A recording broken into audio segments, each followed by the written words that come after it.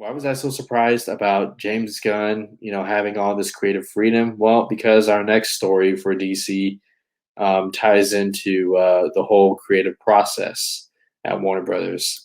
Birds of Prey director Cathy Yan came out and spoke about her time doing Birds of Prey, and I have a quote here that I want to read. It was definitely challenging.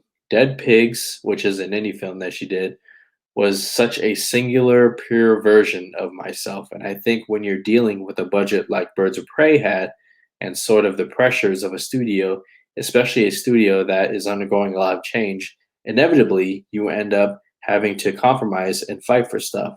And you win some and you lose a lot. It's just kind of how it is. I would have loved to have more control over the edit of Birds of Prey, but that's just kind of how it is. I don't know if there's a Cathy Yan cut out there, but I think for any filmmaker, all of us are in it because we want to express ourselves as wholly as possible and to match what you ultimately see on screen with what's in our head.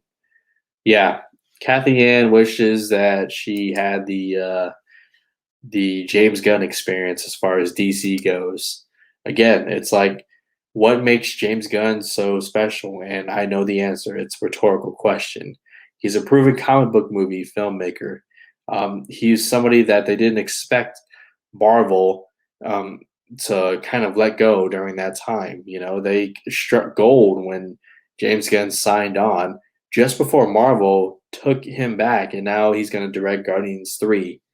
Yeah, it's a little unfortunate, that Cathy Yan, female director, comic book movie. There's always talk of more opportunities and her wishing she had more creative freedom. But you know what? That's just how these studios are with the big budget blockbusters, especially for a character like Harley Quinn, who is of huge importance for this DC franchise. They're definitely gonna have a say. They're definitely gonna give notes, and I think there needs to be a healthy balance of studio input and letting the director also make their movie. That's why you sign them on, as because you believe in their vision and you want to see their movie. A good example of that is George Lucas, with The Phantom Menace. If you recall, nobody wanted to say no to him. Everyone was like, yes, in his ear, yes, do this, yes, do that. Because how are you going to tell the creator of Star Wars what's best for his creation? I mean, that was the mindset back then. And obviously, we saw how that worked out. So I think there needs to be like a healthy balance between studio and filmmakers. In Zack Snyder's case, they didn't believe in him from the moment the camera started rolling for Justice League.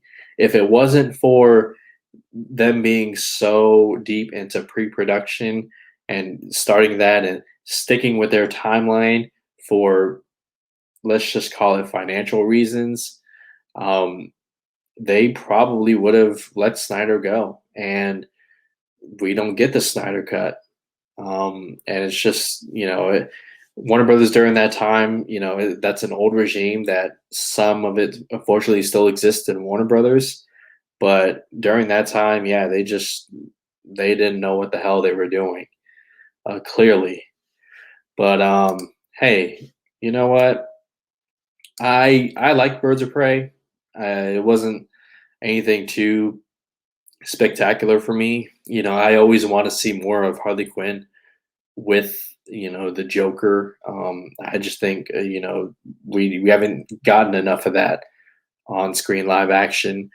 But I can definitely see what Cathy Yan is saying here, and who knows? They're not, Warner Brothers is not gonna stop doing more Harley Quinn content. That's one of their aces.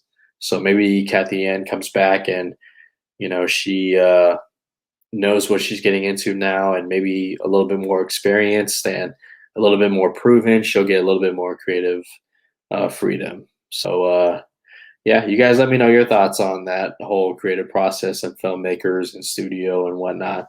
I definitely appreciate the conversation.